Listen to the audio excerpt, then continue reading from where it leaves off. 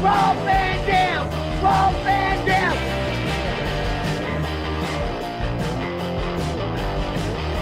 I'm Rob Van Dam. The whole show.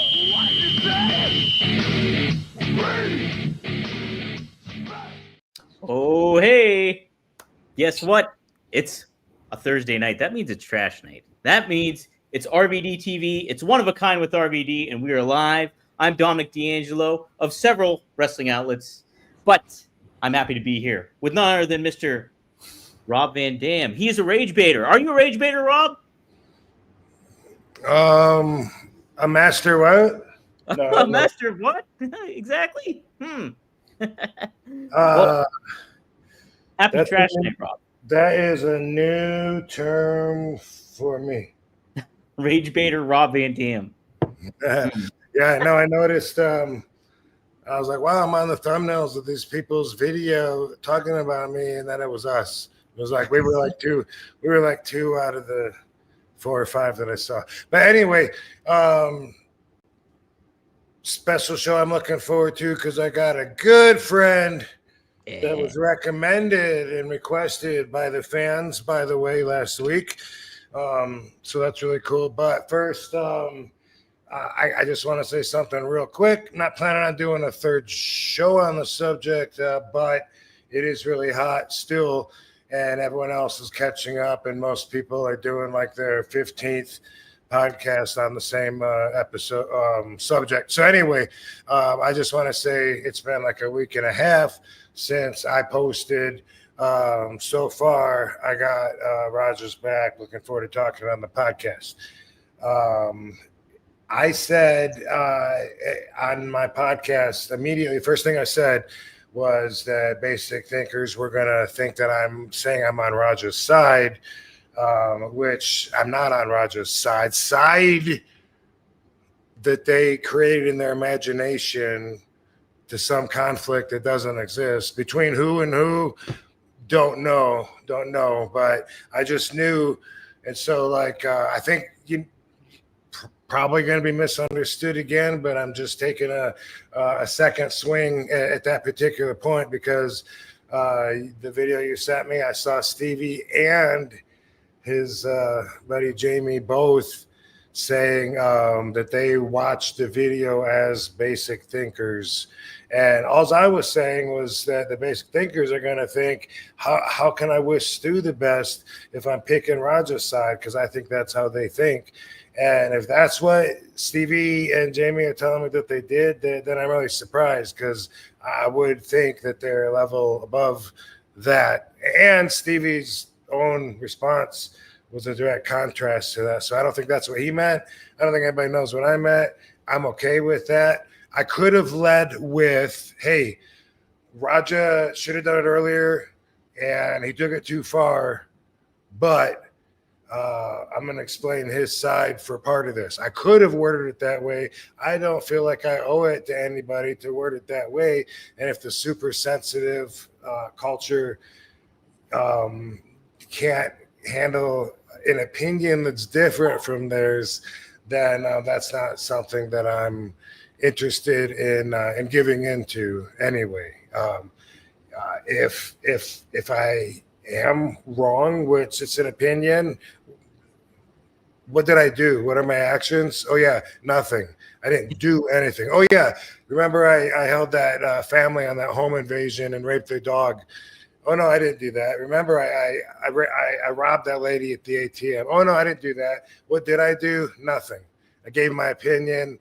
And I learned that there's a lot of toxicity within the wrestling community online. But I was surprised at how much, like, I assumed that they probably live in this toxicity. It's their normal life to have this negativity and stuff. They get energy off of hurling insults at people that can't reach them. Or in other words, they're cyberbullies. You know, in real life, a bully will pick someone weaker physically. On the cybernet, anybody that can't see them because there's no consequences. And you know, that's like a whole new thing. And there's been plenty enough celebrities and normal people alike to talk about the keyboard warriors. So that's not what I want to talk about. But I do, just for the people that do like listening to my show, that do like hearing advice or whatever, I'm holding a mirror up, and they can't see they cannot see themselves. And by they, I do mean the simple-minded, because they can only fit one thing in their brain at a time. So if I say, you really get energy from reaching out proactively to insult someone and with hopes of hurting them because their happiness bothers you, like, that's really what's behind it, right? They can't hear that without saying, well, to me, it's shitty being behind an attempted murderer. And so automatically they're just thinking about their next thing. And by the way, the attempted murderer, they're stuck on, they're in love with the words. People that are on this argument that have taken so passionately and sensitively to it, to something that I totally don't care as much as you do about it. If you bothered writing to me to try to bring me down or try to hurt me. And I get it. People don't think they're bullying if they're reaching out to someone that's of higher stature in life than them. And you're right, because you're not really going to hurt us. But your intentions, like your biggest hope, is to try to hurt, try to cause some pain, try to lower the enjoyment of life, right? I mean, use the mirror, like, look at it. Isn't that why you do that? Because, like, I know some of these people, and I always say, these are my examples that I'm thinking of when I talk about basic thinkers. I know a guy that responds to every presidential post with, why don't you kill yourself and make the world a better place? And for those of you that do listen to my podcast, you know that I'm always about putting positive energy out in there. I mean, that's what you're putting out in the universe. That's what you're surrounding yourself with. So that's what you're going to live with. And so anyway, obviously, I wouldn't recommend anybody to get stuck, I guess, into that.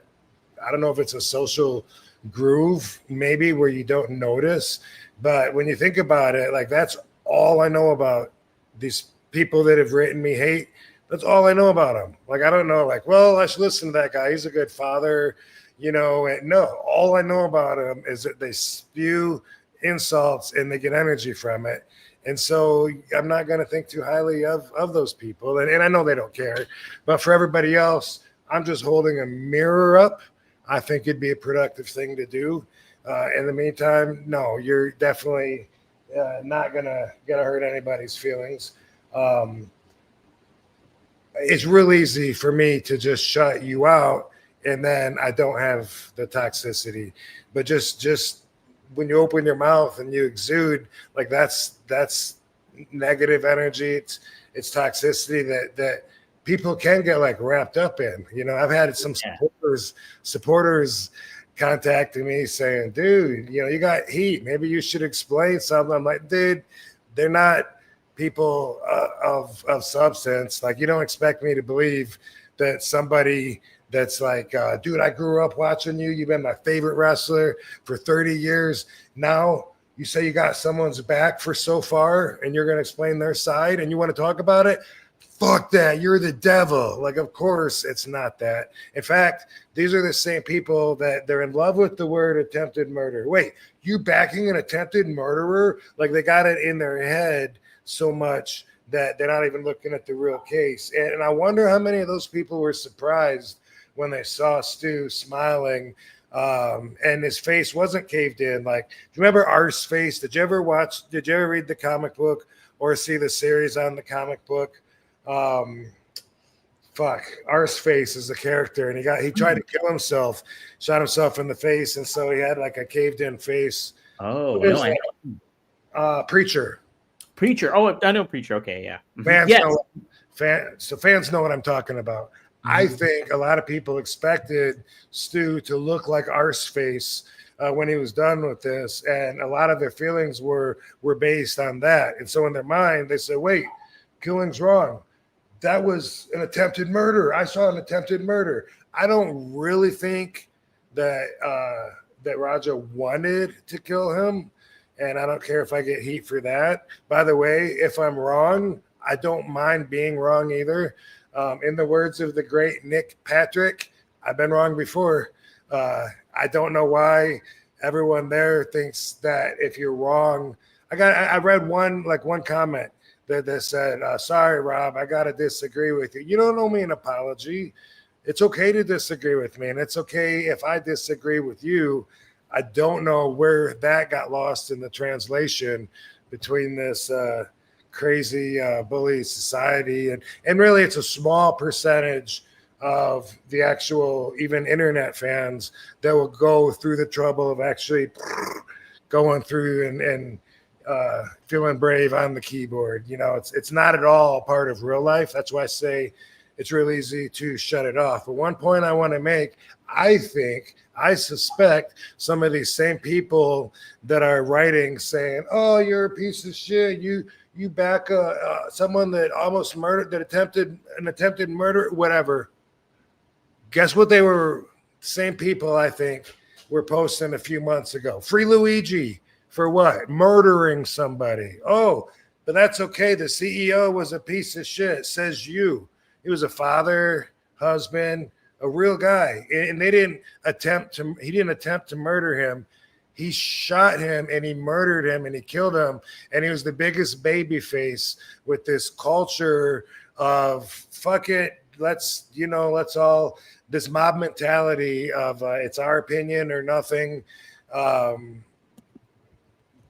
We own the truth, the way we are the judge, jury, and executioner, and boom, we're everything, you know. So anyway, that's my thoughts. I bet some of these same people, definitely the guy I'm thinking of that tells the president, fuck you, why don't you kill yourself?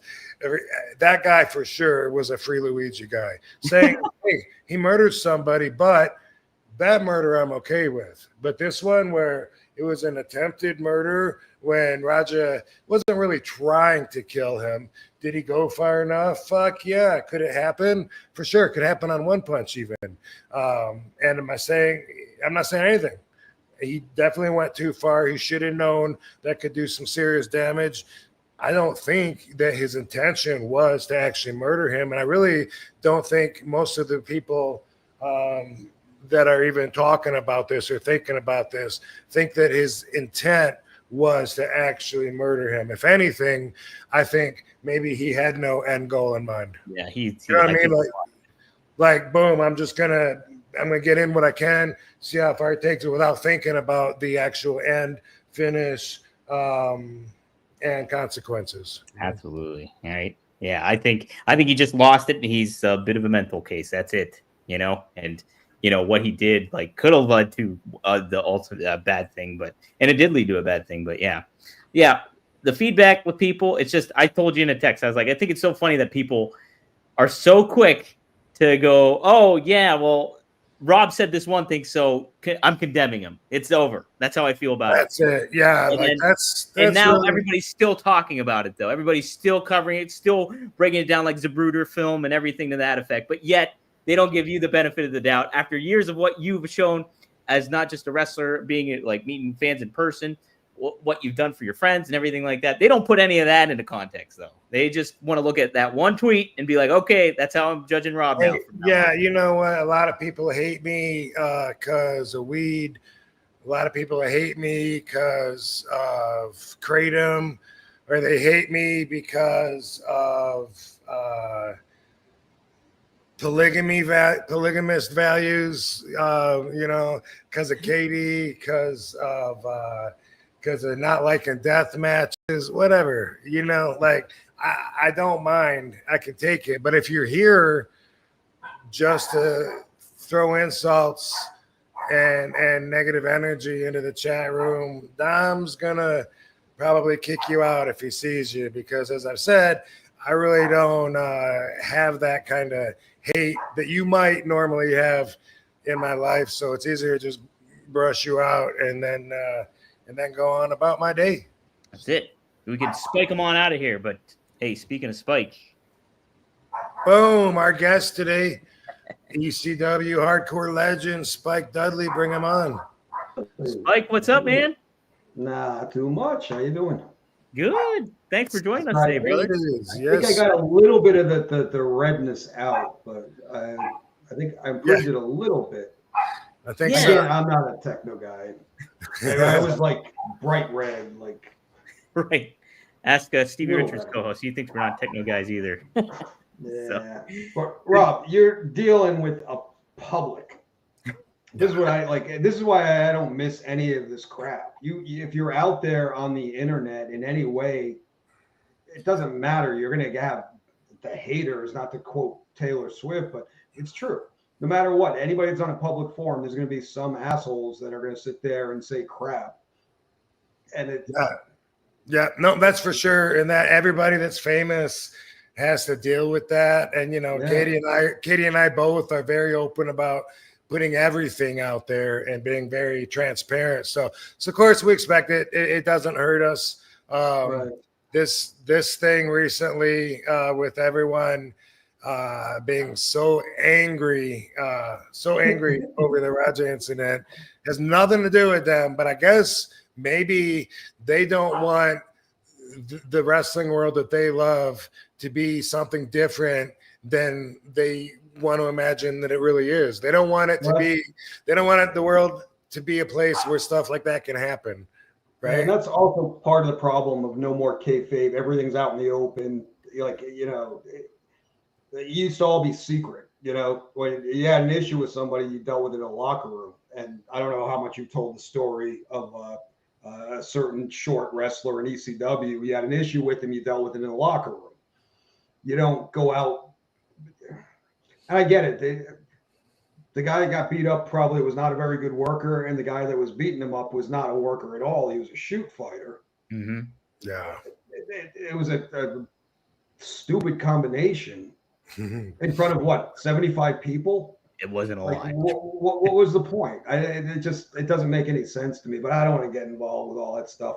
But I was thinking about it, I was like, man, whenever we had an issue, it was always dealt with in the locker room. Nobody ever took liberties in the ring. Right. You Right. know? Well, except that's why I mentioned the Bob Holly incident, because that's what I think of. And Yeah. that was and actually here's another one. I mean, here's the thing. I think that definitely as soon as he got hit with the can and people are like, oh, it wasn't even a real can, it was a prop can. None of that matters. Like, I don't know if they know, but man, you're in the dressing room, someone you don't even know comes up, even with a sponge in their hand. If they crack you on top of the head and you don't know them, Right. you're being tested. Right. And if you don't punch them right then or do something, you're telling everybody in there, I'm a pussy, fuck with me, right? I didn't get that whole thing. Was that like I saw like 5 minutes? Yeah. I don't want to get into all of it. Supposedly, The mass transit incident was way better than this. So let's leave it at that. Well, Spike, you told the story with on Briscoe and Bradshaw with PN News and how he tried to take liberties with you. Yeah, that whole thing. Did you hear about that, Rob? I don't think so. Remember when they brought him in? It was in ECW? Mm-hmm. Yeah, so remember Paul would bring in big guys. Yeah. For me to kick him in the nuts and put him over. Oh, yeah. So And he had Heath stealing. Didn't he steal something out of the dressing room? Well, I don't know the facts, so I'm not going to speak on that. Sorry, I PN. will That was tell wrong. you That was rude. my story, and I don't have anything against the guy or anything Accused like that. of, but good. They Yeah, I remember. brought him in. Yeah, they brought him in for at the arena for a TV show. He came out and he did his yo baby, and the Philly audience just shit on him, like in a good way. Like he had heat. He hit my music, and the crowd went nuts because they knew I was just going to come in and kick him in the balls and pin him, which is what I did. And then like the week after, we did house shows, and we put in a little bit of time, and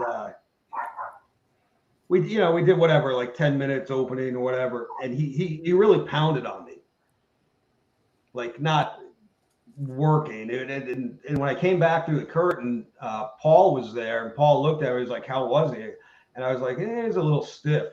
And I think for me to say that somebody was stiff, especially at that time, he was like, "Yeah, that's fucked up," because I never complained about anything. You know what I mean?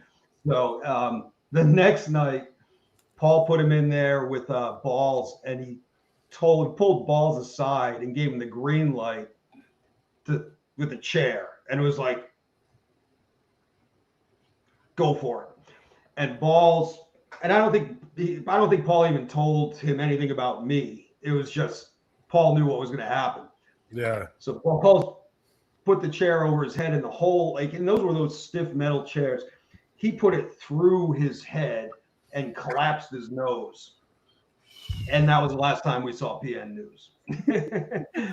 Yeah. And I don't even have confirmation of this, but I think it was Paul going, "Hey, you're taking liberties on one of our guys.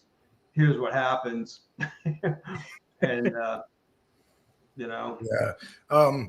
So in All Japan Pro Wrestling, these guys, what's their name? The Blackhearts. Okay, so David Heath and the other guy. I can't remember who the other guy is. David Heath and David was was cool. The other guy got so much heat. He was Luna's ex-husband. Okay. You're not the Gangrel was Gangrel, according to this guy, Gangrel stole Luna from him. Oh, okay. He said one day, he suspected them when he was married to her. He suspected Gangrel, his best friend, of banging his wife. And so he said one day he left to go to work, but he only went a few blocks and he waited. And he said he came back and he walked in the house and he said he caught them and got his ass beat. Tom Nash. Thank you. Yeah. Okay. So Tom got so much heat for both of them on an All Japan trip, and just nonstop running his mouth. You know, everyone was just so tired of him, and he said everything. Always said the wrong thing. You know, thought it was funny to call me Von Dum. He goes, "Hey, Von Dum. Hey," you know, and he was super annoying. He said something to Del Wilkes, the Patriot. Said, "Hey, Del, are the Mounties in North Carolina still dickheads?" And he was like, "Why?" I think he said, "I'm a Mountie." I think he was a Mountie, if I'm not mistaken. Him or his friends, but I think he said he was. And it was one of those, like, you know, like, you just put your fucking foot in your mouth. There was like awkward silence. And he said something. Well, I know most of those cops can be dicks, you know. I'm sure some of them are cool, trying to back out of it. Stan got pissed. And it's not the kind of thing where you're going to walk back there and give a receipt right away. You get cracked in the head, physical, sure, you know, right then. Yeah. But sometimes someone's got heat, and then when you got them in the ring, you kind of expect they're going to get, you know, they got something coming. Yeah. But this one was brutal. Because they were so annoying. And Stan beat both of their asses with a chair. Both of them, he cracked their heads so hard that because they had the mask on, nylon mask or whatever, but you could see it looked like somebody took a can of tomato paste and just busted them on the head like Stu did with that beer can. Like they had blood, both of them, and they were not. You know, he was so stiff that Stan even felt a little bad afterwards. But that's an example of where, like, sometimes I am used to seeing sometimes it's going to get settled in the ring if it's lined up already and that's, you know, and it's not appropriate or it doesn't happen before, then it's not like you're going to let it go. I mean, let's say for some reason two guys are going to fight. They don't get a chance or whatever, but they're working each other tonight. They're not going to probably just forget about it and have a professional match until they get a chance to fight in the back, you know? Right. And when you bring up that Bob Holly thing, I think I blame The Office because they egged that on, you know, like putting Bob against Renee in the opening match, like after an overnight. That was overseas, wasn't it? It was in like England or something. I don't remember that, but it was a Yeah. tag match with Suzuki and maybe Charles Haas, maybe. No. That I totally remember that because we were all sitting at the curtain waiting what was happening. But Yeah. because we flew overseas to like England, and on the ride over, it was like everybody was talking about it, stirring it up. And then Johnny Ace, he books the match, Bob Holly against Renee, and the opener is 1-on-1. And I remember, crystal clear. Bob walks up to him and he's just like, "You better fight back," and he just starts pounding on him. And Renee, Man. he was a green kid. He didn't know what to do. You know what I mean? He took a few punches and he ran away. I mean, he literally ran down the curtain to get away. But that was Bob do you know what happened when he went through the curtain and Bob came through, waffled him one more time, and then put a boot to the back of and then who said, "Okay, enough"? Who said that? Yeah. That's what we're trying to figure out. Who pulled him off? I don't remember. Yeah, I can't say. That was another mystery last time. It came up last week, and so I was just wondering. Probably Johnny or someone. You know what I mean? It was probably one of the agents. We heard it was either Rob, Kurt Angle, or Big Show. Those were the three that we heard. We were. It wouldn't have been Joe. I don't know, but one thing I do know, like I think that I did do it, but I'm not sure. You could, you very well could. Yeah, it seems like I would. It's the right thing to do at that moment. But also, something worth mentioning is Bob was done anyway. He went boom, and then I think that I was like saying, "Whoa, enough," and he was already like. Either way, whoever it was, he was already like his energy was already changing. He was done. But so I don't want it to sound like he was like Raja pummeling him till someone pulled off until he died. Right. Right. And it's one thing to take a couple of shots. That was over like what a rental car fee. Parking ticket. It wasn't like he didn't fuck his wife or anything like that. It was a couple of bucks and definitely the wrong thing to do, but it doesn't deserve to have your face destroyed, But I don't know if you ever noticed, but sometimes Bob seems to be angry.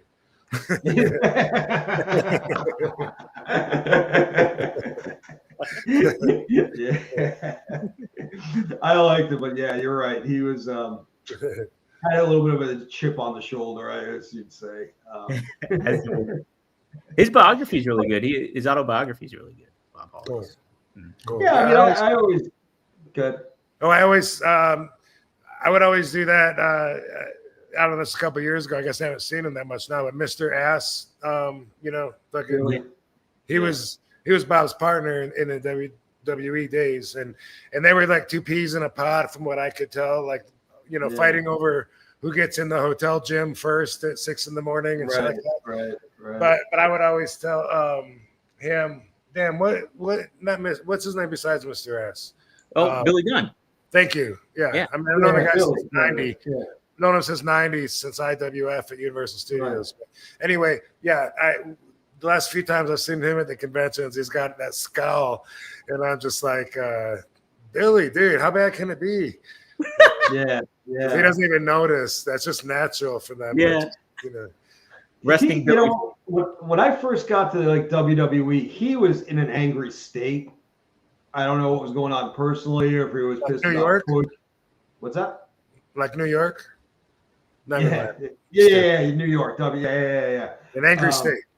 Yeah, but so like the first year or two, he always seemed pissed off, and I stayed away from him. But once I kind of got to know him, Billy's a really cool guy. Like, he always treated me well, and like, but yeah.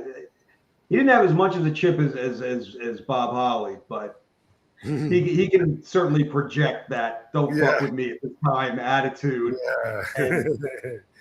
And he's a physical specimen too. I mean, both of those guys are monsters. I mean, yeah. I always talk about that. Like Billy's like pushing 60, right? And he's still jacked. Yeah, he's in the best shape out of him. I mean, next to Brian Cage, I think he's got the next. I don't even know who else there, but he's amazing. He's fucking amazing and inspirational. Absolutely. Yeah, definitely. A hell of an athlete. Oh, If you we want got it some. bad, it's possible. That's it. That's it. We do got some super chats. Maddie, who's a regular here, thank you, Maddie. He's got the Australian $2. He says, Spike, memories of working with Bam Bam and Mike Awesome. I know you talked about this a couple of times, both with Chris Van Vliet and Briscoe Bradshaw, but you said how much you liked working with both those guys, right? Yeah, well, Bam Bam taught me a lot. Mm-hmm. He was kind of like my first program with ECW, so my first real program. And he taught me how to work as a little guy. Mm-hmm. And a big guy. And obviously he put me over with the throw and all that stuff. So he put me on the map. Yeah, and he was fun. And Mike also was just Rob, when we saw each other, we're telling stories. How huge that guy was, how athletic he was. Like for a guy that size, his balance, his coordination, his strength was just off the charts. And it was really fun working with him at ECW because he could do so much with me. Mm-hmm. Like, and I think Rob, you might have been out with a knee thing when we had that program. I don't know if you were there. Like, were you? I don't know if you were. My ankle, actually, yeah. The ankle, yeah. Well, Rhino broke my ankle. Yeah, but like he used to do things like throw me on it over his shoulder and then walk backwards, literally to the top rope. Yeah. I love that. And then power bomb me off, and it's like you're terrified. Like, please don't trip, don't fall, don't stumble. But he always took care of me. He was a lot of fun because that was the epitome of the big guy, little guy thing. Sure. And he always took care of me. I mean, he always the one thing about I can take the bumps, but because I was so small, guys could always place me perfectly. But you know what I mean? Like they never dropped me on my head as an accident because they couldn't carry me. You know, it was like I got 40 pounds. It was easy to throw. You know, so they were both were really fun to work with. I learned so much from Bam Bam, and he was also the lightest guy I ever worked with. Like I never felt a thing with him. Right. Yeah, and Rob, I gotta say, you were probably the stiffest guy I worked with. In a good way. You could take it too, but. Did I ever tell you? I was just thinking me and Bam Bam worked snug with each other. He wasn't you definitely did. It was both. Well, when you did that dive on him, like into the 14th row, that was amazing. Hi, Katie. How you doing? What's up, Katie? Hey. How's it going? Good. Good. But Rob, you'll appreciate that. I don't know if you remember, we worked. There's ECW, and it was like the 4-day loops, and I had you every night. Yeah. And it was just like, oh, like after the third night, I was like, shit. And the fourth night, are you fucking kidding me? And but we were in like Hampton, New Hampshire, Hampton Beach, and before the show, believe it or not, we were in a car, smizzing, and all of a sudden, the cop knocks on the door. I don't know if you remember this. And it was like you, me, Guido, maybe Sab. I forget who was there, but I know the three of us were there. Yeah. God, we rolls down the window. There's like the smoke and all that stuff. Yeah. What are you guys doing? It's like, well, we're just waiting for the show. And it's what's under your leg? And I had a bottle I was spitting. I was dipping.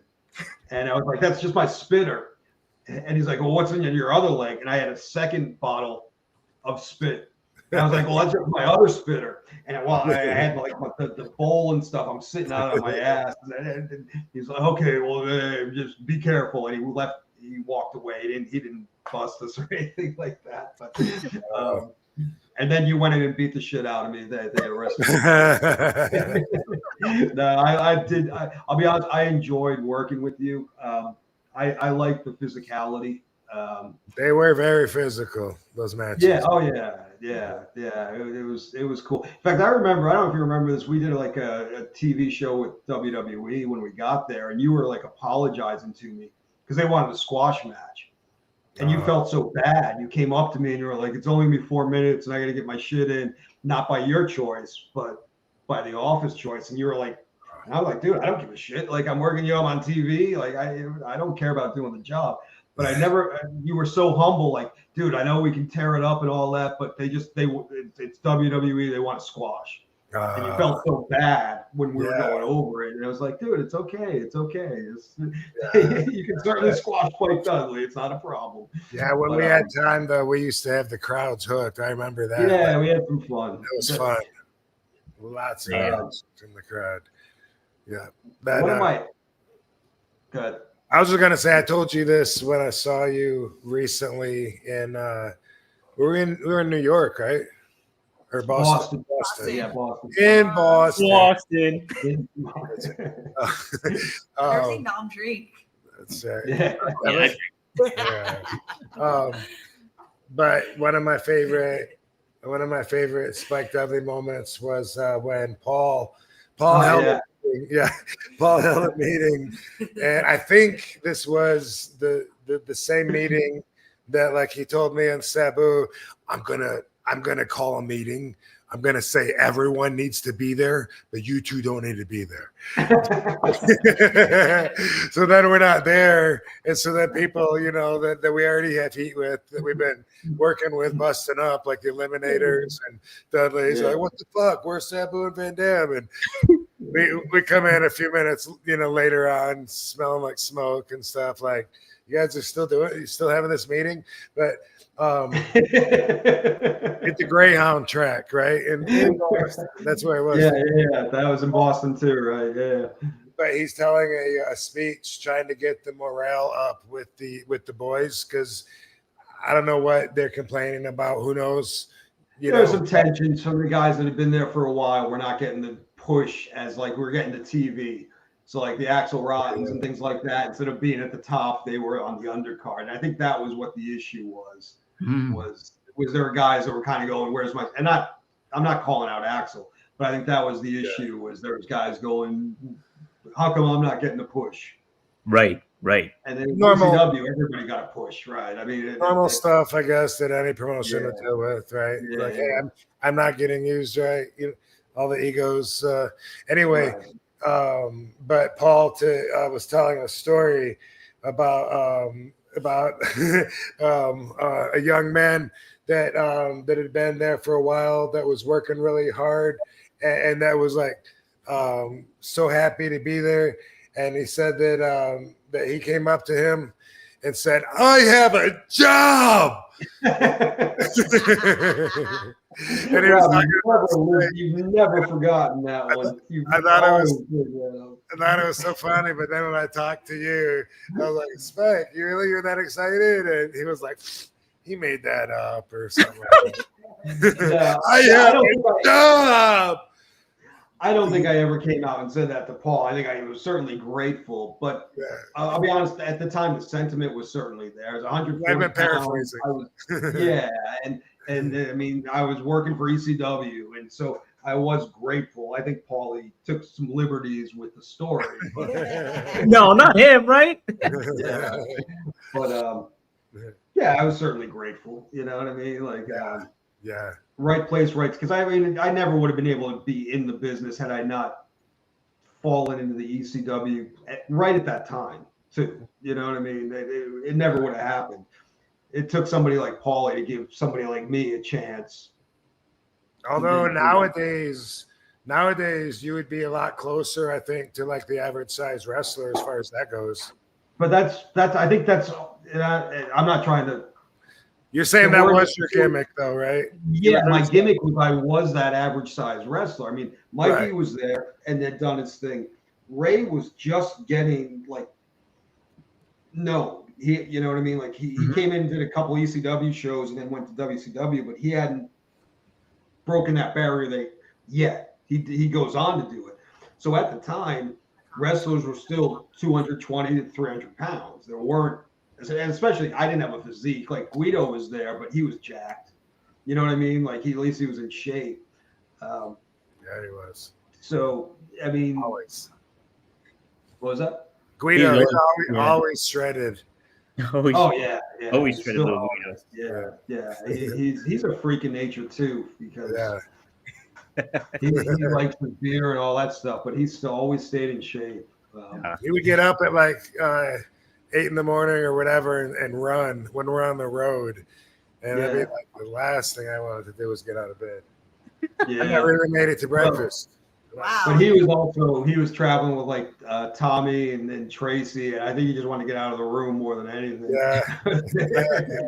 He was saying how they busted his balls a lot. He was telling us. Yeah, they picked on Gwiz. I felt bad for him. You know, it's funny you mentioned Nick Patrick in your opener, and God, I miss him.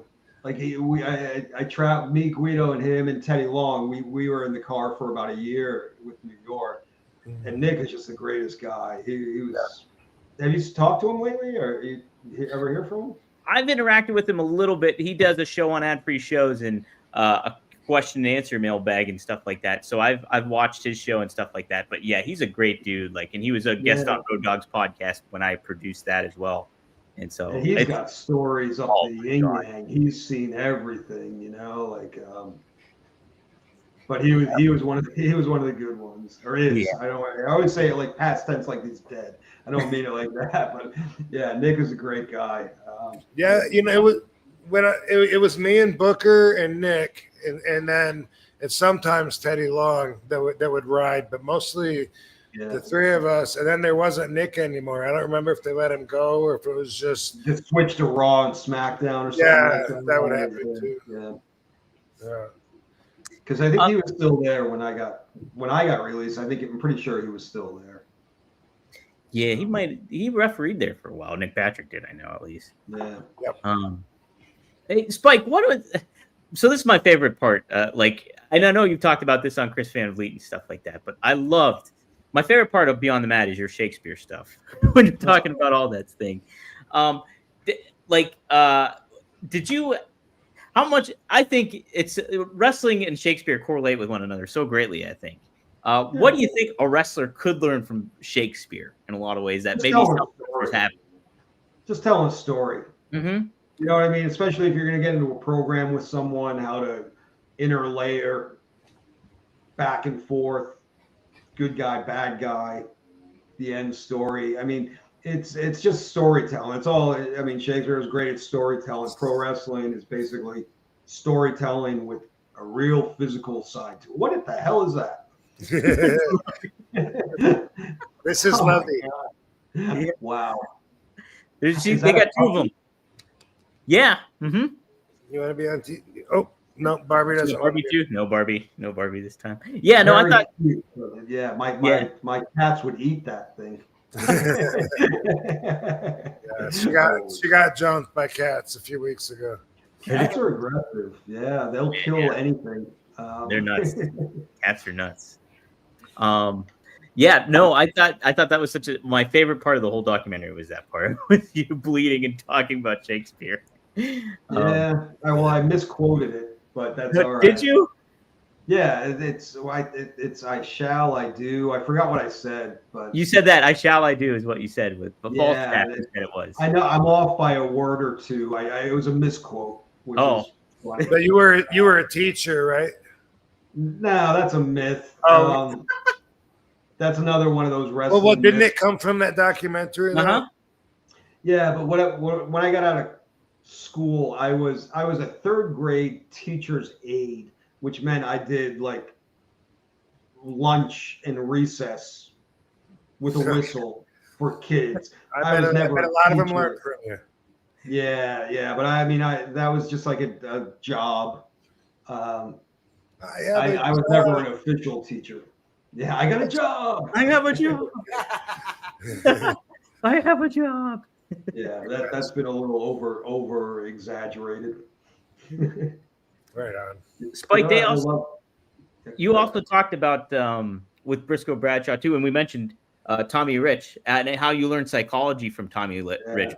What like key aspects did you take away from like writing and learning from him? Well, with Tommy, what was great, it was the first time it happened, was they just put Tommy with Tracy and Guido, that final FBI version.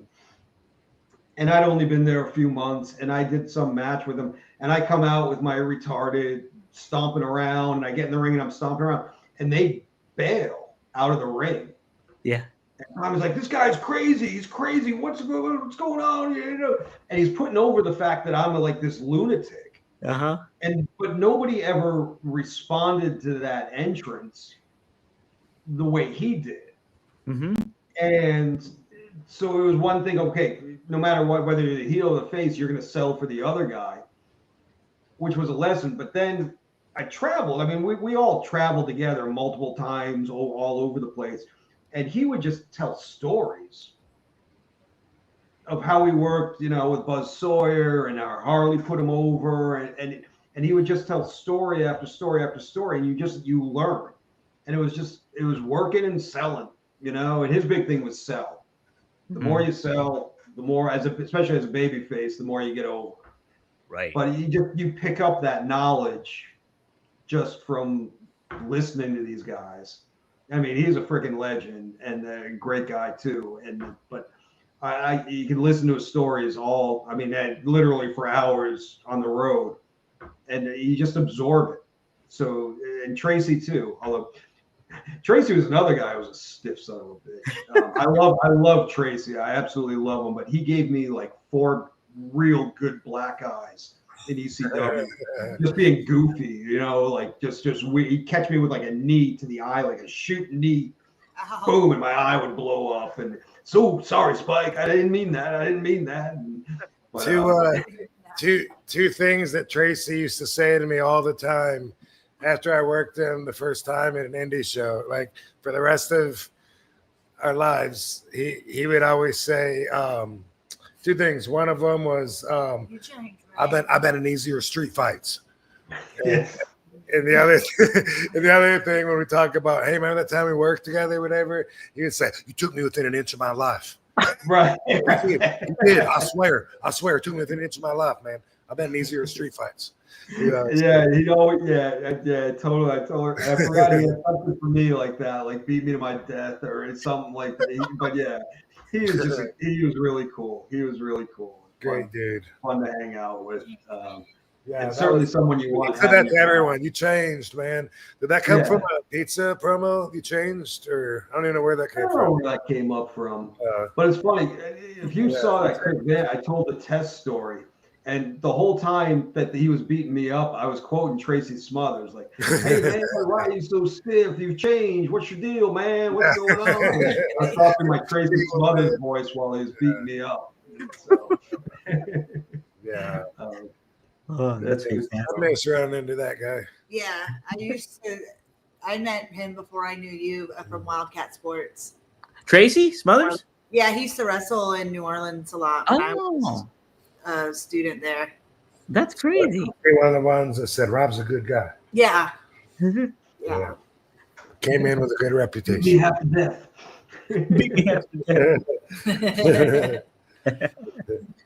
We had another artwork back there, by the way, Rob. I know with Sabu.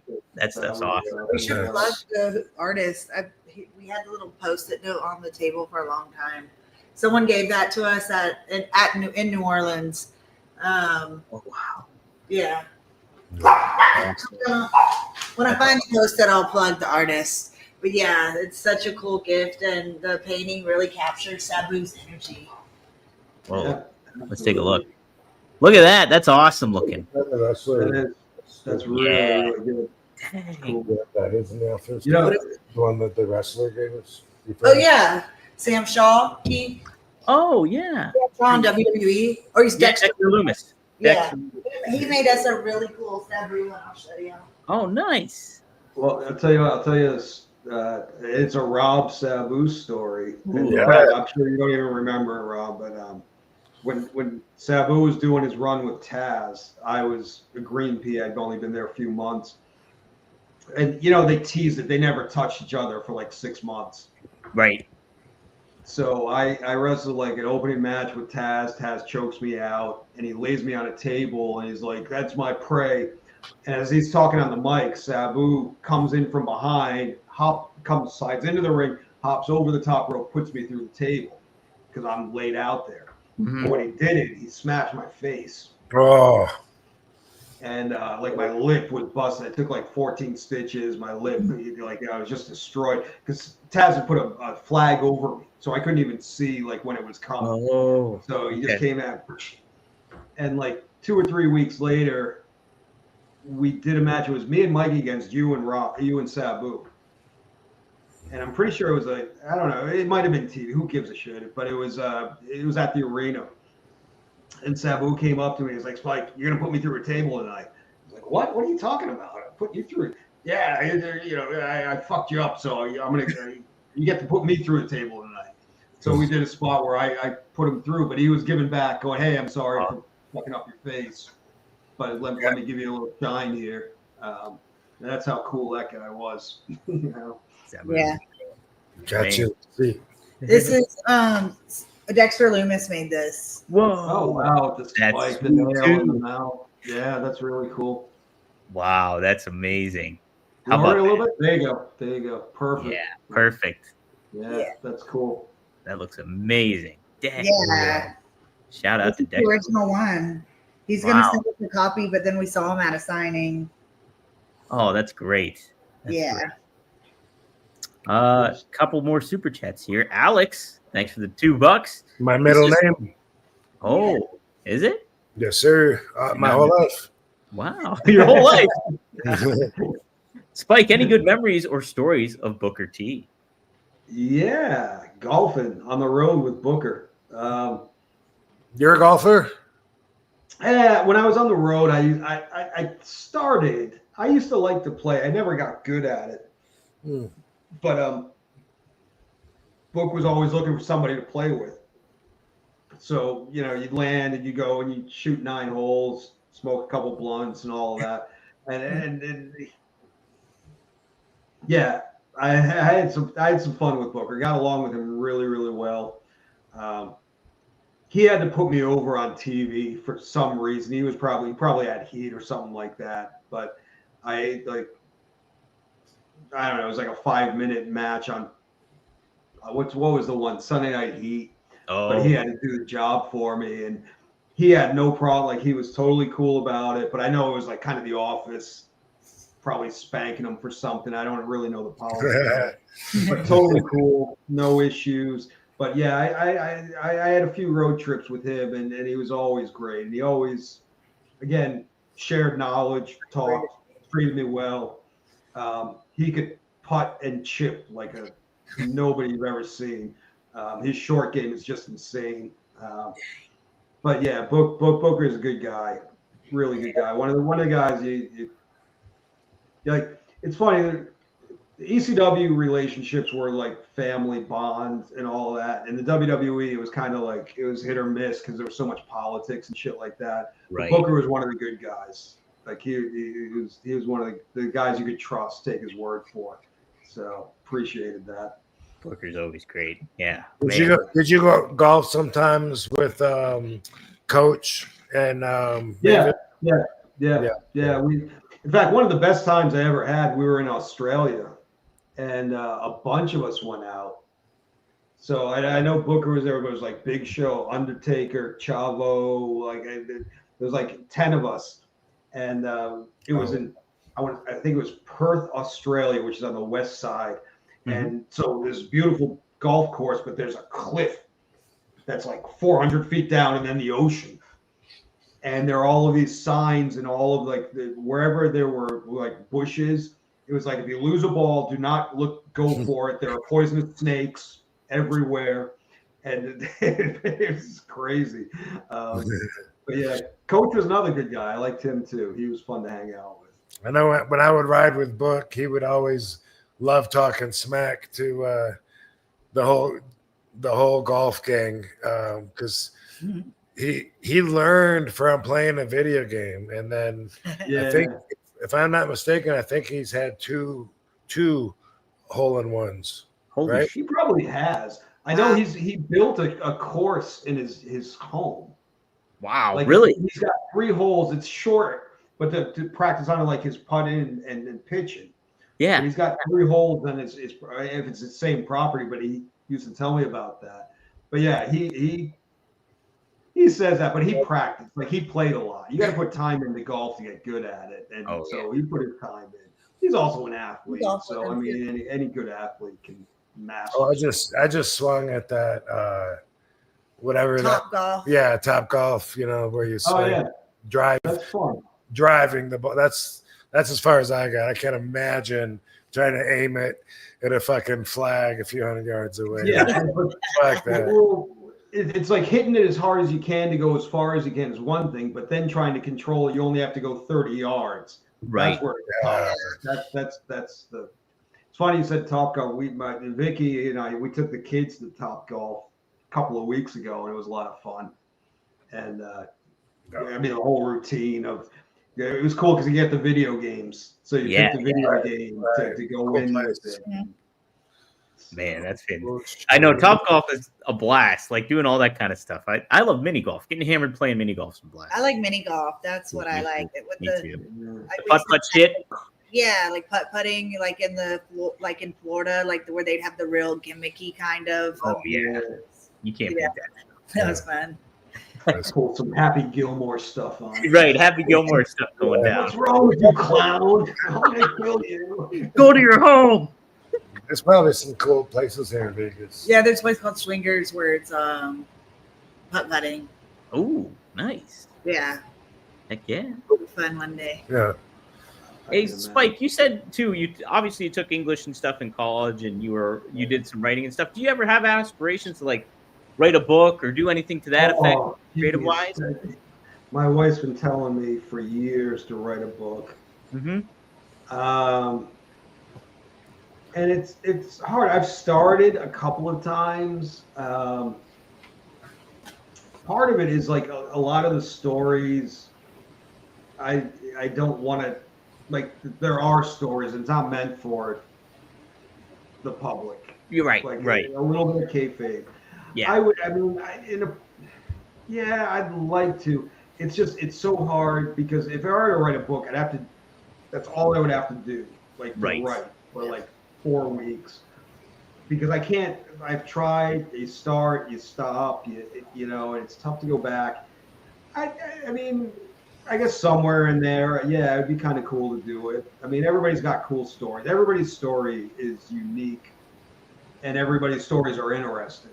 You know, like how you got there, what you did, and everybody's got their behind the scenes stories that are cool. I think any wrestler that's done anything in the business could write a book and it would be interesting. You know, if done well. Because everybody's stories are cool. I mean, you learn like I best friends with Guido, and I just like a year or two ago I heard a podcast where he was talking about how he broke in. I think it was actually with Briscoe and Bradshaw. And Bradshaw. I listened to that one and I didn't know anything about his background, like his first 2 years in the business.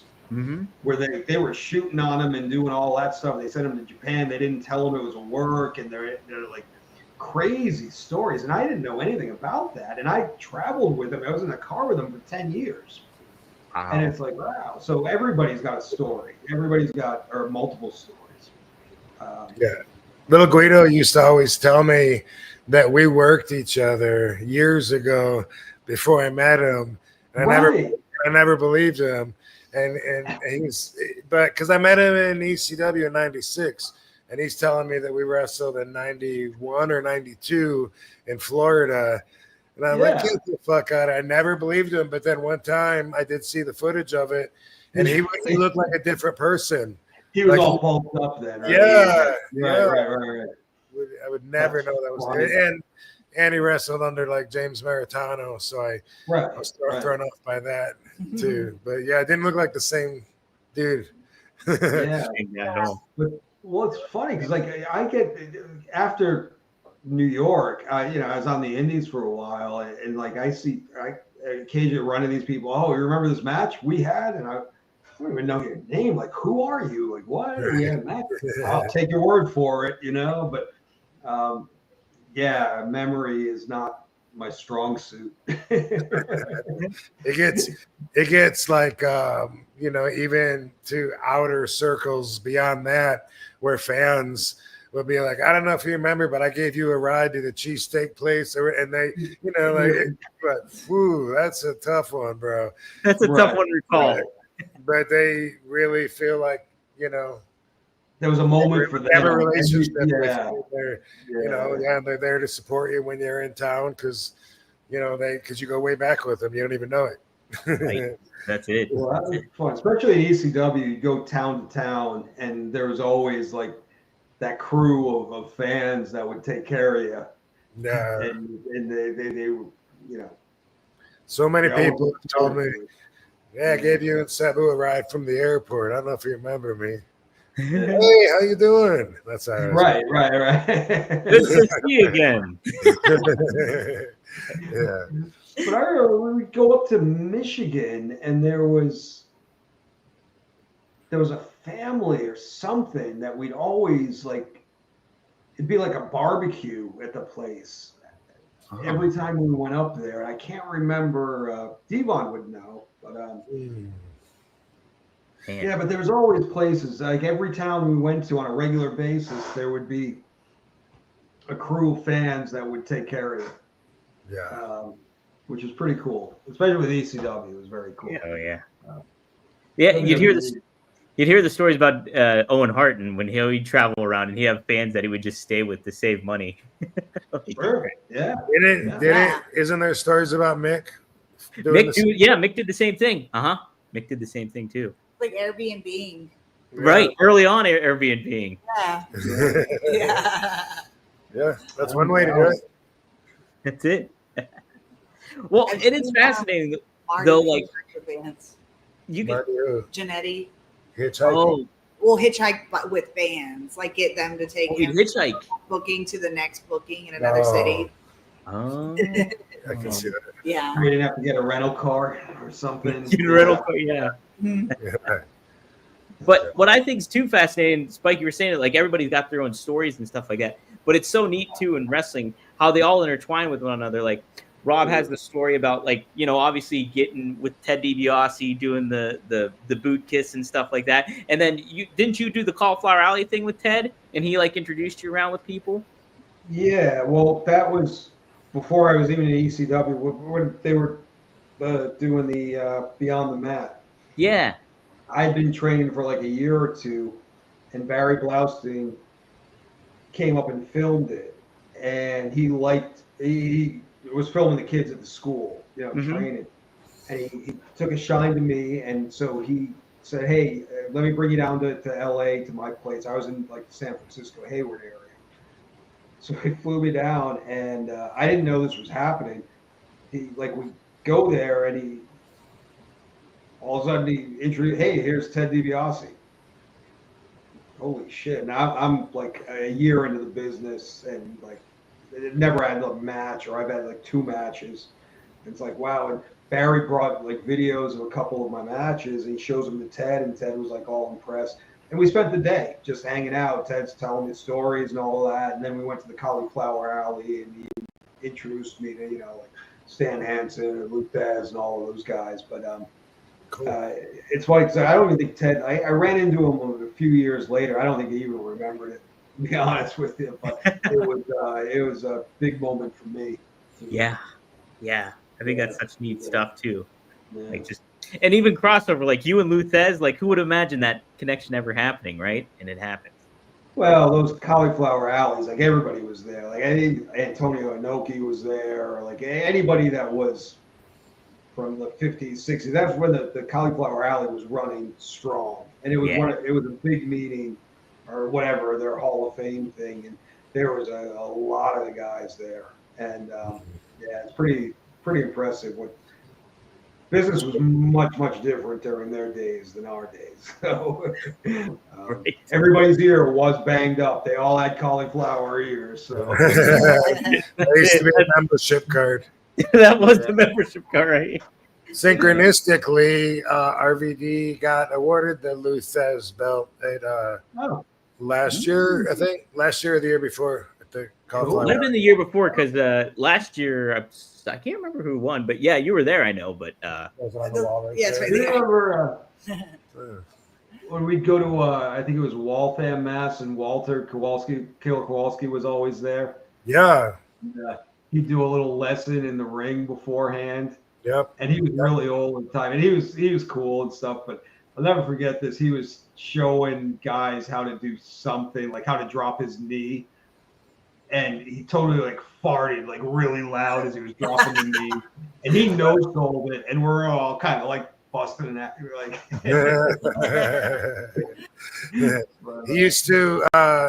He probably did this with everybody, but when he would have his fans when I was in WWE backstage, he would bring them over to introduce them, and he would always say I was the best. This guy is the best wrestler here, and he always put me over real strong. And I always wondered if he knew that I was the same kid that visited him in '89 at his school, because I wasn't Rob Van Dam yet, and I had short blonde hair, was probably 50 pounds lighter or so. And I always wondered if he knew, because I probably didn't make that much of an impression, but I visited his school, and he was super cool to me then. He picked me up from the airport, took me to the hotel, picked me up again, took me to the school, took me back to the airport, like himself, like legend. Before you like hooked up with Sabu and Sheik? What's that? Was this before you hooked up with like Sabu and Sheik? It was. My plan. My plan was to save up enough money to somehow move to Boston and attend his school. And I was bagging groceries, saving money up. And that's how I met a wrestler, Tom, and found out about the Sheik, who was 45 minutes from my parents, so I wouldn't have to worry about trying to survive in Boston. And the one thing that was cool was that Sheik and Kowalski both got trained by the same guy. Oh, wow. Oh, I didn't know that. Yeah, Bert Ruby trained them both, so it's kind of like I'm a descendant of that same. What a treat! Yeah, that's wild. That's freaking sweet. Yeah. One thing I remember, Kowalski, that made me laugh. When I was there visiting, I was totally a mark. You know what I mean? Yeah. I had rented VHS tapes that said The Secrets of Pro Wrestling, and me and my buddies would play around, and we did the kickboxing shows. We did the choreographed wrestling. So I knew some stuff, but I definitely wasn't, around the business at all. And while we're watching the guys in the ring work out and stuff, Walter came over to me and wham, and he did a stomp on my foot. And I looked at him, and I just looked at him, and it was like Stu saying, "You're not gonna sell." I had no idea what he wanted me to do. It was like, he made it. It was embarrassing because he stomped on my foot, and I didn't react. And then he said something, about, "Well, what are you doing? You're not even wrestling. Get your mind in it." Whatever it was, I was embarrassed. It's so funny. I grew up in Rhode Island, and he's from the Boston area, and it might have been the early mid '80s. It was only a regular TV. You only got 11 a.m. Saturday morning wrestling, and it was always WWE. And then he started this thing on PBS. It was called Bedlam from Boston or something. It was his promotion, and it was at a TV studio with 50 people. And he was way old, and he was so old, he would wear a mask because he couldn't wear his toupee. Oh my God! Okay. So when he wrestled, he put a mask on, and I remember the big match was him against Dominic DeNucci, and they're both 75 years old, and it was just even at I was 10, and I'm going, this is horrible. But take away from what he did for the business, but that's my first memory of Killer Kowalski was putting the hood on because he couldn't, he's doing the promo. He didn't want to lose the toupee. And then he put the mask on. That's amazing. It's funny. And the neat thing is Dominic DeNucci trained Shane Douglas and Mick Foley. Yeah, it was out in Pittsburgh. One other thing I got to throw in before we move on from Kowalski, because he was consistent with this one. he'd say, "How do you feel?" You know, and I'd be like, "I'm good. How do you feel?" He'd say, "With my fingers." Right. I got it from him. Yeah, that's My right. fingers. He's got that line. He never lets it go. Hey, You know, bro. he was like a full-time vegetarian, and he never drank or did anything like No, that. Sheik told me it's so weird. You just like jarred this memory in my head from 1990 when I'm, hearing Sheik tell stories and stuff. And Sheik said that Kowalski had a great body until he became a vegetarian, and then he went to shit. Wow.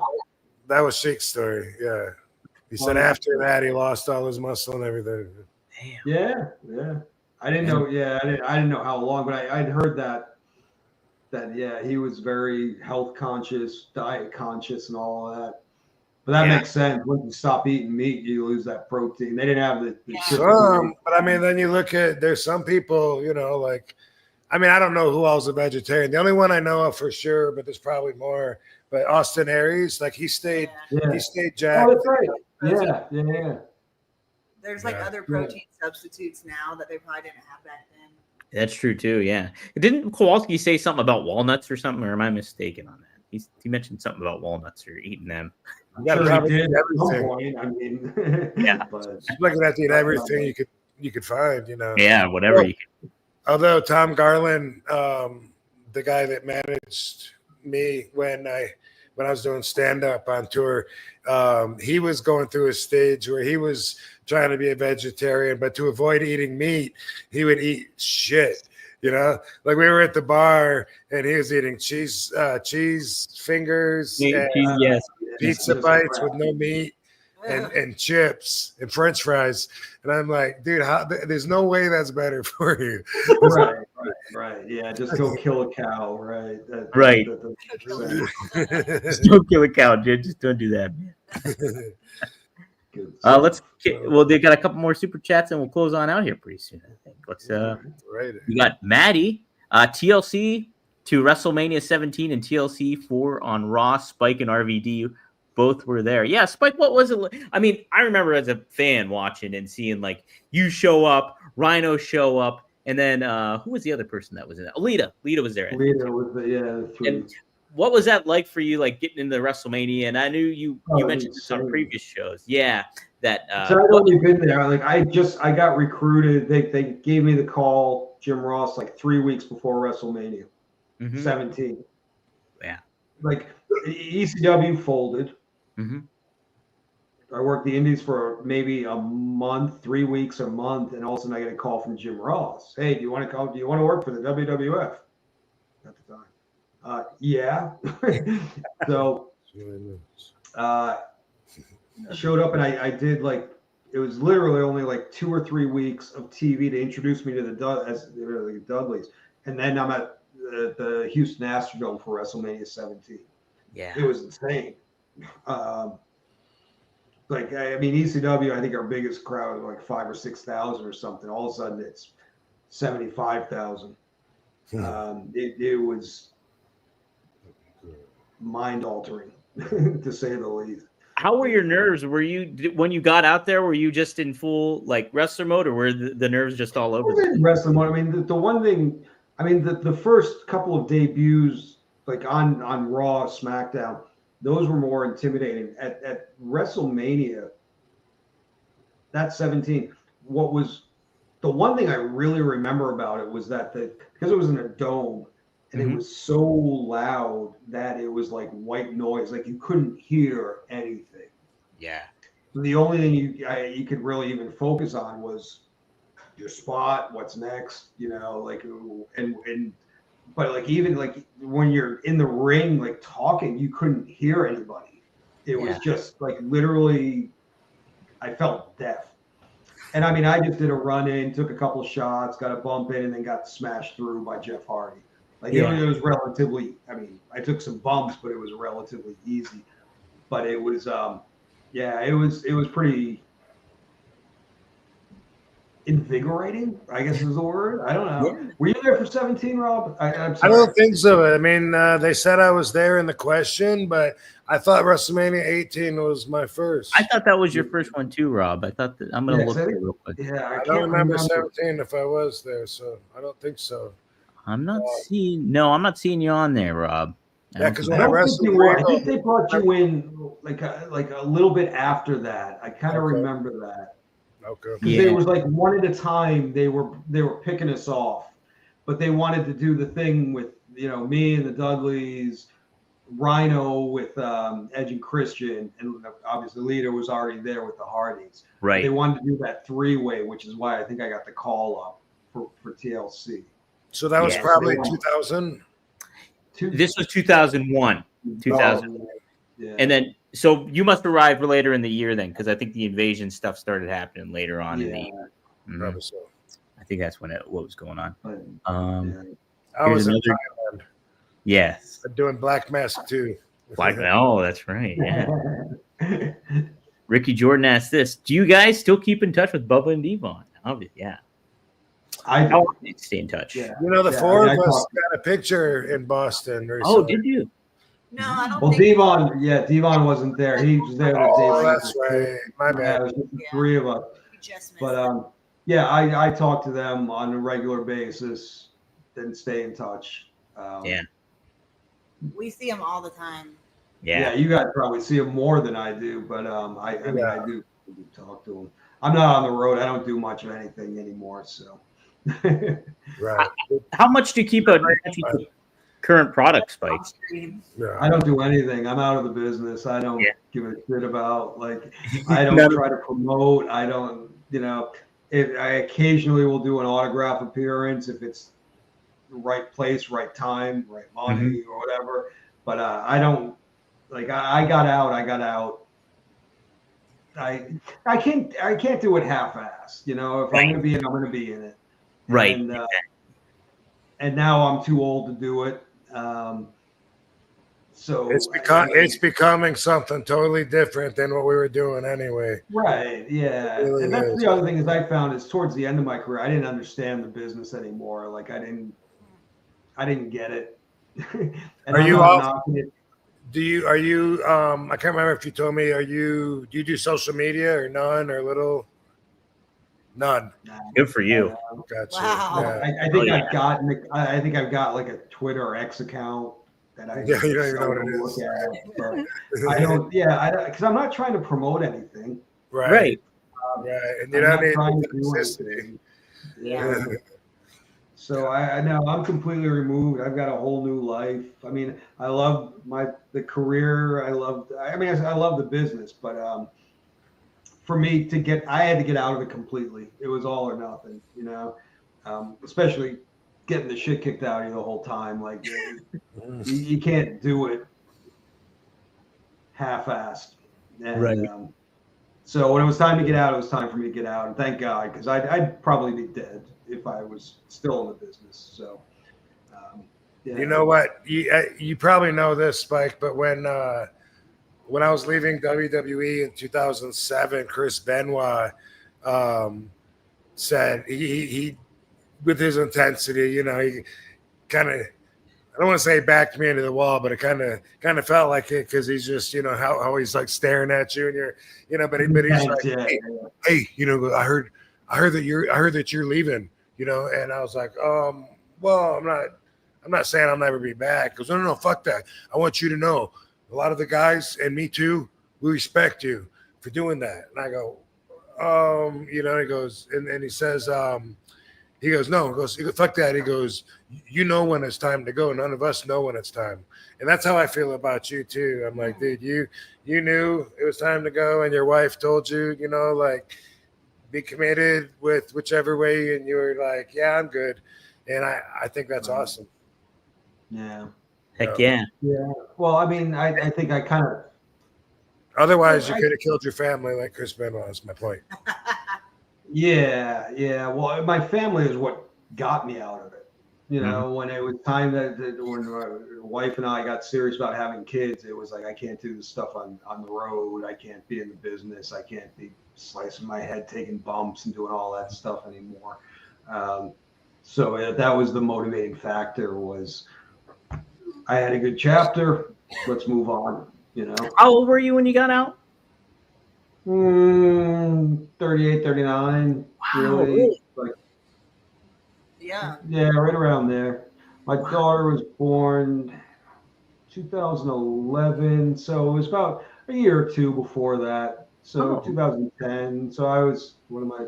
I'm 55. So yeah, I was 40, 39, 40. Oh, wow. Okay. I think worth mentioning, a lot of my peers, especially from the old day, the job, their brothers, the road life, that became their number one life. And then their wife, their family is lower on the totem pole of priorities. So if they try to do what you did and just quit, if they were like, you know what, I've had enough, which a lot of the guys, it's not their choice. The business says, you know what, we had enough of you, we're done. And then they go back and then they go to their wife. Their wife doesn't even know them because they've been banging whores, doing all these drugs for decades. Their wife doesn't even know them. And then, surprise, there's drama at home. It doesn't work out. So that's definitely not your case. But yeah, well, what happened with me, it was my wife, I grew up with her and went to elementary school, high school with her. And then I went off and did wrestling. I didn't see her for 20 years. Yeah. And I ran into her again, whatever it was, 37, 38, and we hit it off. Mm-hmm. She didn't give a shit about wrestling. She hates wrestling. She thinks it's retarded. Yeah.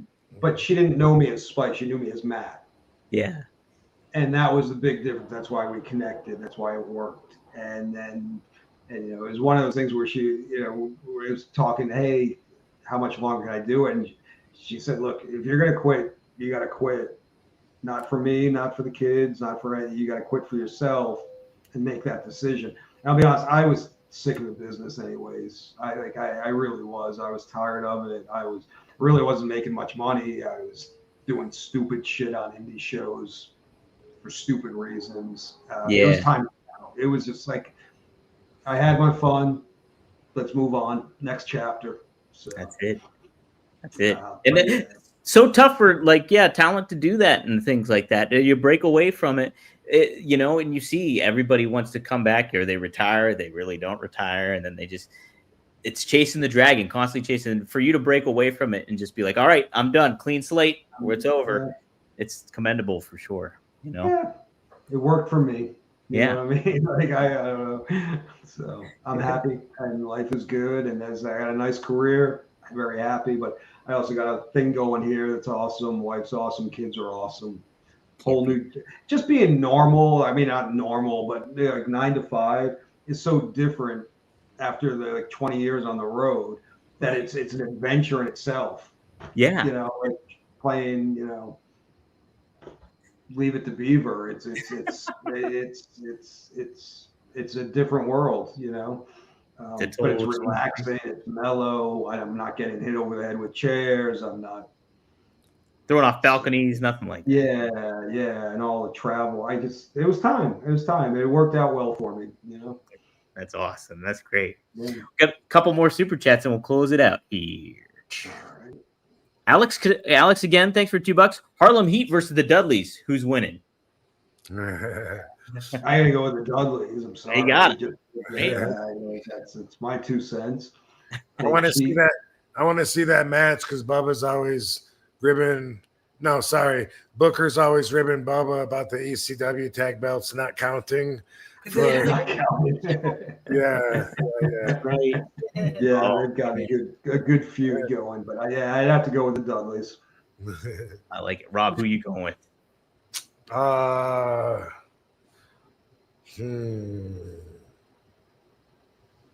guess I'm gonna have to go with the Dudleys too if I have to. Oh, there it is. Right. It should be a really get a lot of haters, Rob. There are people coming after you saying the haters. Then I went with ECW.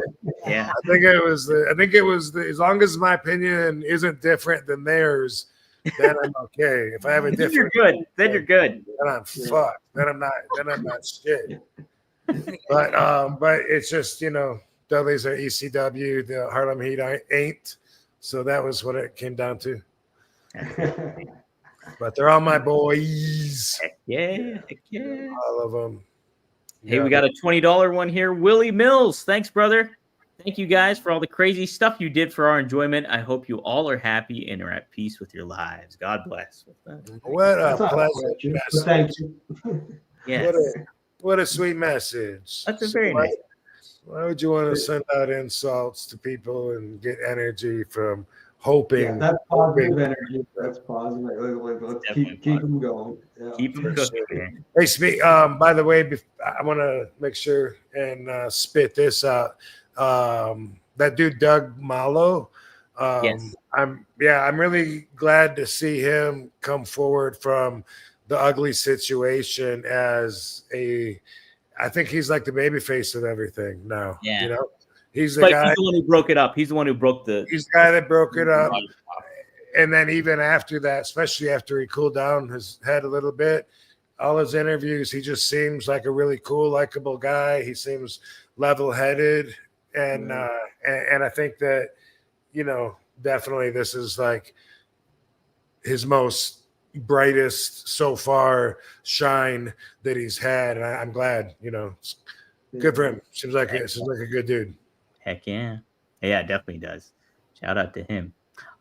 Frankie always asked a good question. Thanks for $2. Were you guys tight with Raven in ECW? I mean, I always got along with him. And Raven had a big thing to do with the Dudley gimmick. He was the creator of the Dudley gimmick.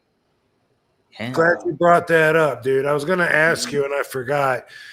I had heard way back in the day, and this must have been from Sabu, and I know it was, that the gimmick with the Dudleys was that they all had the same Wait, I thought that they had the same mom, and she was a rat, and she fucked a bunch of the boys, and that's where the Dudleys came from. But I think I heard it the other way around. The same father. Everybody had different mothers. Okay. So the father went around banging everyone.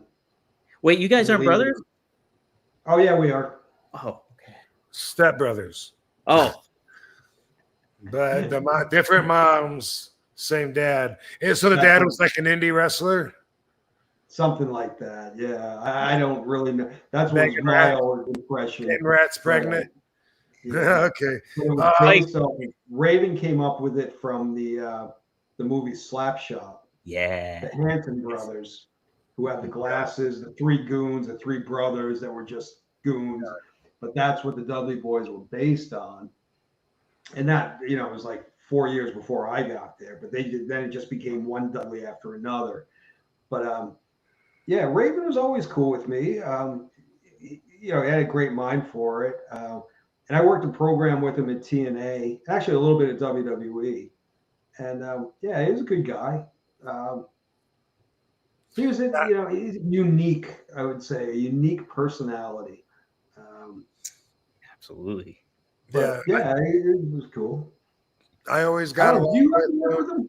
I didn't. Yeah, I mean, I didn't know him super well back then in the ECW days. To me, I was always under the impression that the fans loved him and that he was like the ECW poster boy when I got there. That's what it seemed like, and I didn't get it. I'd never been around, what's the word, his style with a G, like not goth. Grunge. Yeah, I'd never been around grunge. I didn't understand what it was, so I was confused. Like, what? I don't know why he's laying down in the corner. I liked it when he had Beulah and Sandman's kid. No, what's the girl? Come on, I want to lay ya. Oh yeah. I was like, yeah, but he helped find her too. Come on, I want to lay ya from the strip club, and he was always bringing talent in. It seemed like. Yeah, whatever the gimmick was, it worked in ECW. Yeah. When it got to WWE, and I've heard this was like Vince didn't understand it either, and Vince was like, "What? I don't get it," which is why he never really got much of a push. Because Vince didn't understand the whole Raven thing. Seemed like the fans loved him though. Yeah. Awesome. Yeah.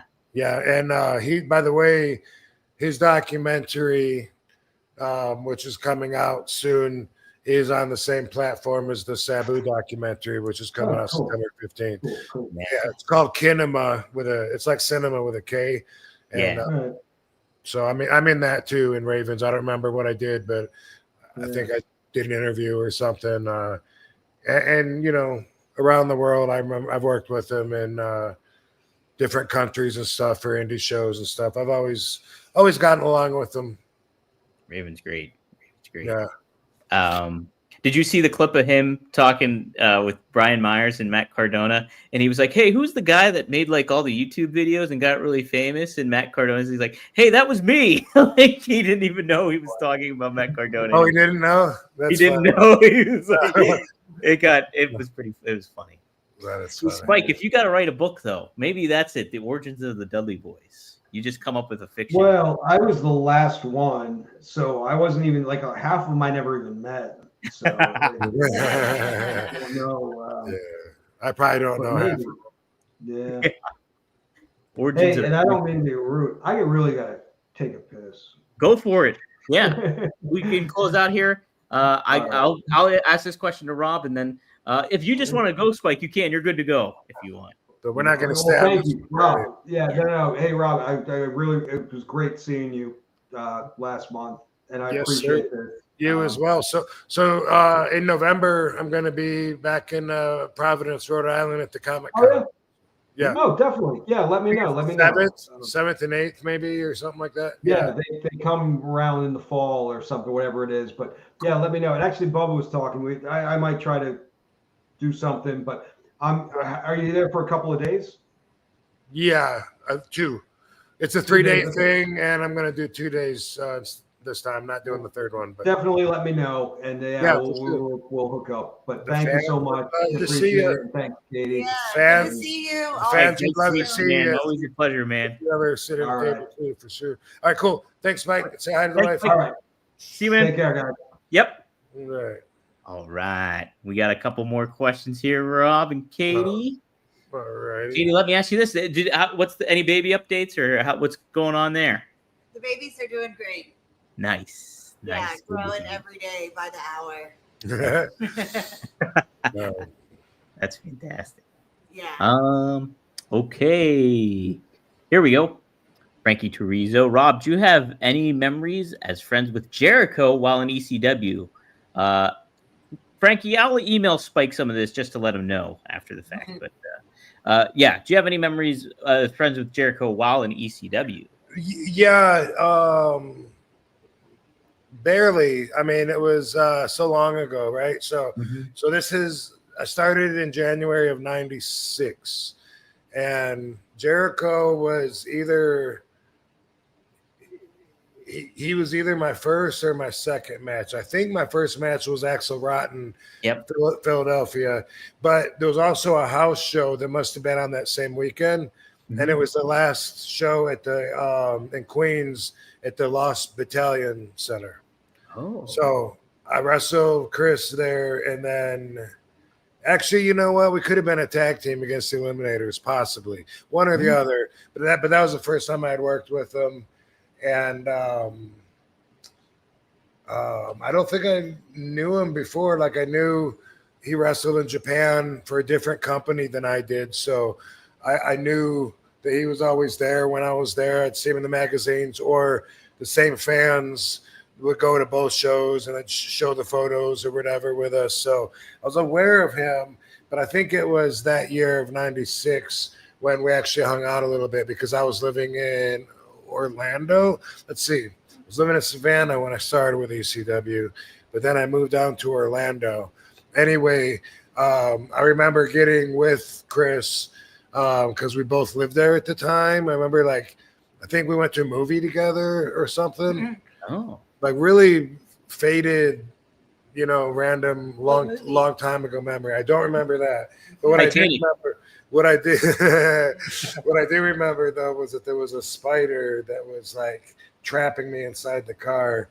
It was like coming down the windshield and going back up and stuff. And I didn't want to open up the door because I didn't want the spider to get out. And it was But I think Scotty Riggs, if I'm not mistaken, was part of that. I think the three of us, maybe, I think, hung out.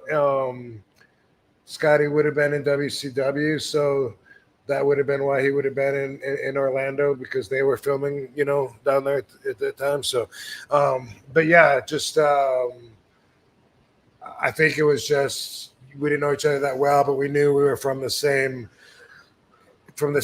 age group, from the same era. We were at the same generation of wrestlers making the news, making our careers or whatever, and had that in common. And then I wrestled him, I don't know how many times, but afterwards I remember wrestling him at Lulu Temple where he drop kicked me on the apron. I did a backflip and hyperextended my knee. Oh. And then worked on a pain pill the next night for the first time ever, which would start like a new process, a new process for me, where I was like, wow, it's better that way. But yeah, and also that same night at the Lulu Temple, one thing that sticks out in my mind that I remember happening earlier in the daytime. This was before the match. I had a friend there, Larry Weaver. He's a comedian from North Carolina, I think Winston. But anyway, I've known him for a long time, from the Georgia area, Carolinas. He was there for some reason he went. Why was he in Lulu Temple? I don't know. But anyway, but we're there in the daytime, and I lost him for a while. And then when I found him again, he said he'd been talking to Chris Jericho. He was like, man, he goes, yeah, Chris is my new favorite wrestler. And I was like, hey, why? What are you guys talking about? And he said, no, he was just so cool. Like he didn't have to talk to me. Who am I? I'm nobody. And he just sat there and talked to me for 15 minutes, and he was so cool. And that just influenced me in a positive way. Like I remember thinking wow, my friend Larry totally was taken by Chris being courteous and nice to him. I would like to also be seen in that vein, and it inspired me. That and almost the exact same thing happening with The Rock and a janitor in Detroit, where I saw the Rock talking to this janitor at Cobo Hall, just like he was someone that he knew, like one of the boys. And those two things I remember inspired me to want to be seen as a positive energy person, Wow. I don't know how much I thought about it before that, but those definitely made me think wow, I would like for people to say those nice things about me. That's really cool. So wow. What a neat way to be influenced. That's pretty sweet. Yeah. That's really cool. Man, what a great story. Holy smokes. Yeah. Jeez. Let's see. Okay, JTF Music, thank you for the $5. Okay, let me see if I'll break this down. What is the most logical worldview?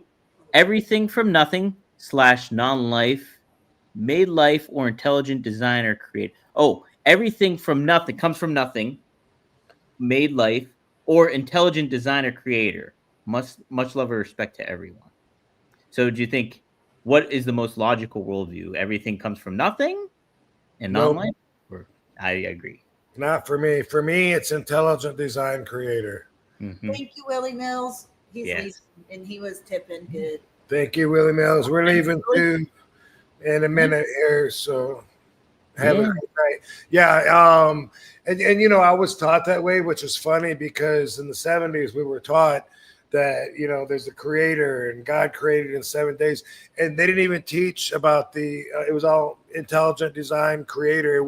There was no evolution taught until I don't know when they started, but I was not taught that first as a kid, and then later on they try to hit you with evolution, and it's hard to make sense out of it because you taught one thing, and now we're supposed to believe that a single cell, like a bacteria, some little organism, eventually becomes me, but another one that looked just like that was next to it becomes a rhinoceros, and it's like, that's like if you're trapped on an island, can you make a cell phone that has telephone waves in the air. Fuck no, we would never know how it's done.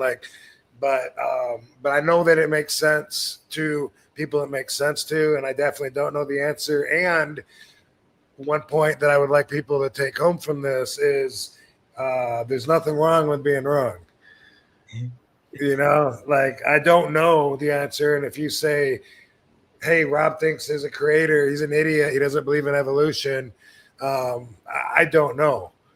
But I do feel a connection with a spiritual world or existence that I don't think is explainable by science. I don't think science feels it or knows it or recognizes it. That's just my firsthand experience. So, yeah, what do you think, baby? Intelligent design, where we created, we got a million systems that work in us, like little glands that cool us down by sweating, while the same thing in the epidural, fucking layers is like, cooling down there. There's so many millions of things going on. Is that just a cell that eventually over millions of years became this surviving mechanism, or is it aliens or God, which could be the same thing, that are designing it, saying, oh, you know what? They need to breathe out of this fucking thing we're calling the head. Let's poke some holes in the nose. Well, even just like my body creating babies and knowing to send them nutrients and everything, and then also creating milk to feed them. Like when we were in the zoo, they were telling us about these animals that the mom, when they're pregnant, creates a pouch of milk in their paw to feed their baby. This is where the power lies.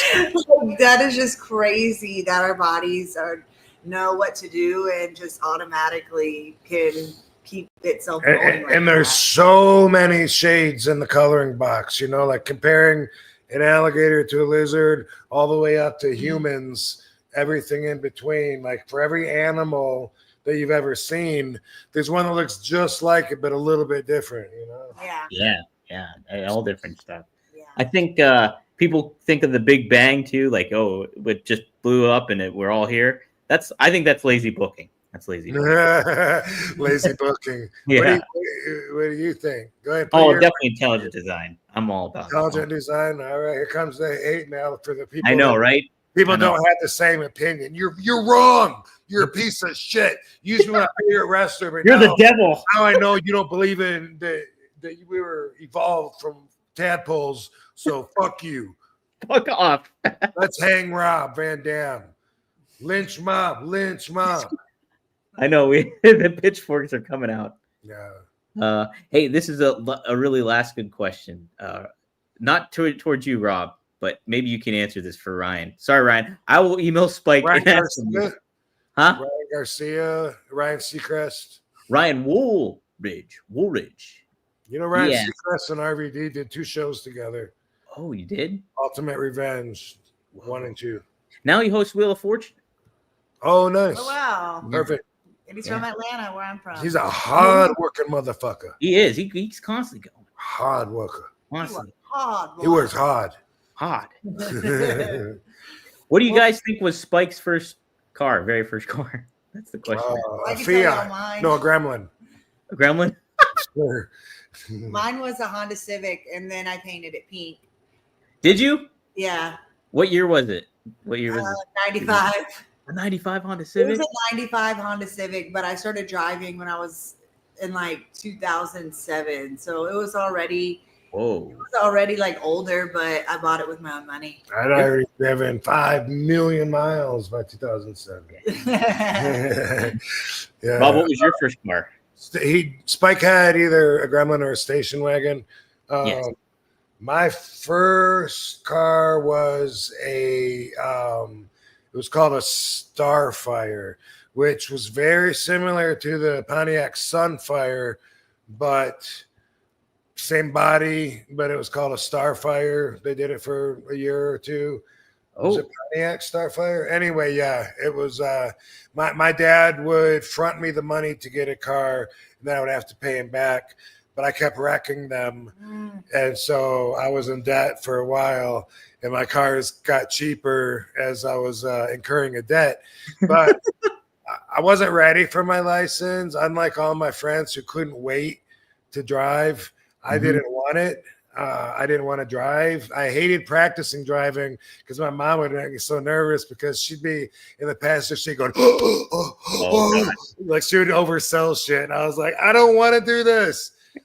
And so I was 17 when I actually got my license. And it was like mom and dad saying, well, you got to have a license so you can have so you can drive to work, so you can have a fucking job, you know? So I was kind of like, had to do it and didn't really want to. And I had to learn to drive in the snow on the icy roads. Oh my God. And the car was a stick shift. Oh so it was really hard while I'm trying to go through the gears and hit the clutch and the brake and sliding and trying not to hit the car or slide off the road. It was a motherfucker. And I was off the road all day, every day, pushing my car back on. Motherfucker. Yeah. And I wrecked it. I wrecked the Starfire, and then I got a Skyhawk, which has the same body. Wrecked that a few times. Oh my God. Got a Cutlass Sierra. I wrecked that one. Ford LTD. I wrecked that one, but that one was with a deer. That one wasn't my fault, but it fucked it up. Rob, is this what the Starfire looked like? Different. Yeah. Yeah. It looked a lot like that. Yeah. Yeah. Might have been a little different year, but it looked a lot like that, but it was blue. No, the Starfire was red. The Skyhawk was blue. Same body. Oh, dang. Yeah. Yeah. Hey, I was the same way though. Dude, pretty soon, because I kept wrecking them. My dad got a $300. It was an AMC. That's what the car was called, and it had the Bondo colored trunk. So I was so embarrassed, and at the time, I don't know if I was kicked off the bus, probably, but I was driving to school, and I would park like across the street, so like everybody knew that was my car right across the street, and it was like rusty. And then like Ryan Vanderwall would come through with the bright cherry red sports car, vroom, showing off because he had a rich family and got all the girls, and I'd be like, I hope nobody sees me walk to my car. You like closing it in. Yeah. Right. Yeah. Yeah. Because I still owed him for the last 4 cars. I don't blame him. You know, knowing the bigger picture. That's it. The car I never wrecked, I think, is the AMC. Did I wreck the Mustang? Oh my God! Of course I wrecked the Mustang. Oh, man. I'm glad you made it through all this alive. Yeah, I used to just think, like, what's the big deal? You know, I'm in a car accident. Like, I didn't think I could get hurt. I never got hurt with any of them, but I would fuck the cars up and be like, oh, well, gotta get a new one. Yeah, whoops. Luckily, no one got hurt. But yeah, I mean, I don't know if you've ever been in a really bad snowstorm. Like, there's been several. I would hate to drive in that. Oh my God! You can only see a few feet in front of you, and the tracks that you're trying to follow are covered almost instantly, and you don't want to follow them off a cliff anyway. So you gotta try and do it's. That's part of just living in Michigan. The worst situation I drove in was the last time we were in Florida for Hogan's funeral, and then I could only see like inches in front of me. Oh, heavy rain. Yeah. That's what more than rain. That was like hurricane. But it wasn't snow. Yeah.